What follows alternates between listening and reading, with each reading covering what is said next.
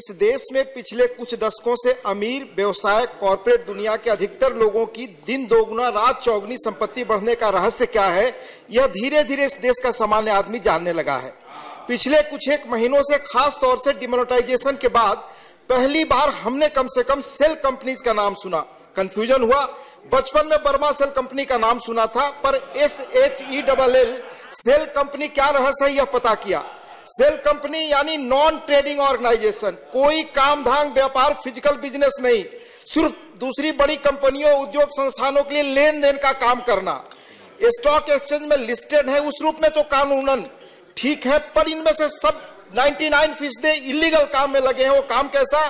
गैर कानूनी काम, व्हीकल फॉर इलीगल एक्टिविटीज यानी टैक्स अवॉइडेंस, ब्लैक को व्हाइट करना, bankruptcy frauds, fake services scheme, market manipulation, money laundering का काम, एक भी प्रोडक्शन का काम ये सेल कंपनियां नहीं करती और टैक्स हेवन देशों में इनकी जड़ें हैं। मैंने क्यों जानना चाहा सर? 2 मार्च को मैंने टाइम्स ऑफ इंडिया में खबर पढ़ी, IT survey on 12 shell firms reveal 65 crore black money.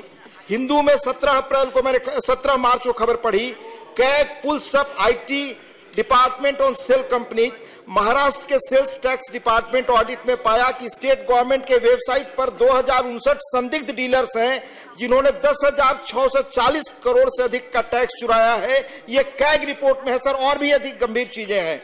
तीसरी खबर मैंने पढ़ी कि at least 3,900 crore was laundered through cell companies between November-December after the ban on high value banking investigation by a central agency, SFO, Serious Fraud Investigation Agency have found it। चौथी खबर मैंने पढ़ी कि कलकत्ता में सबसे अधिक 3,000 से अधिक सेल कंपनियां एक्टिव हैं। सर, सरकार से मेरा आग्रह है कि ये कंपनियां कैसे वर्षों से चलती रही, जबकि आपके यहाँ इनकम टैक्स डिपार्टमेंट है, जब आपके यहाँ आर्थिक अपराध अनुसंधान है, ED है, इन सब के बावजूद कैसे ये सब होता रहा? पता चला भारत में 7 लाख सेल कंपनियां हैं, 15 लाख देश में रजिस्टर्ड कंपनियां हैं, जिनमें से सिर्फ 6 लाख एनुअल टैक्स देती हैं।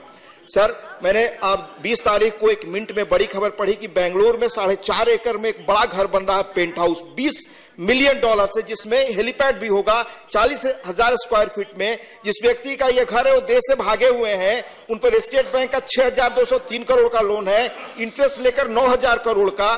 अब ये घर जो बन रहा है, हेलीपैड बन रहा है, उसका सेल कंपनियों से क्या रिश्ता है? ये कम से कम सरकार बनाए, और इस तरह की कंपनियां अब तक कैसे चलती रही यह देश को बताए। सच्चाई कड़वी होती है और कड़वी सच्चाई लोग स्वीकार करने को तैयार नहीं, क्योंकि लोग उस बीमारी से स्वयं त्रस्त हो चुके हैं जो बीमारी इन्होंने पूरे देश को दी है, और इसीलिए ये लोग उस सच्चाई को स्वीकार नहीं कर सकते।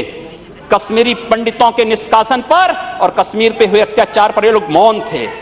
मैं 2011-12 में असम के अंदर देख रहा था।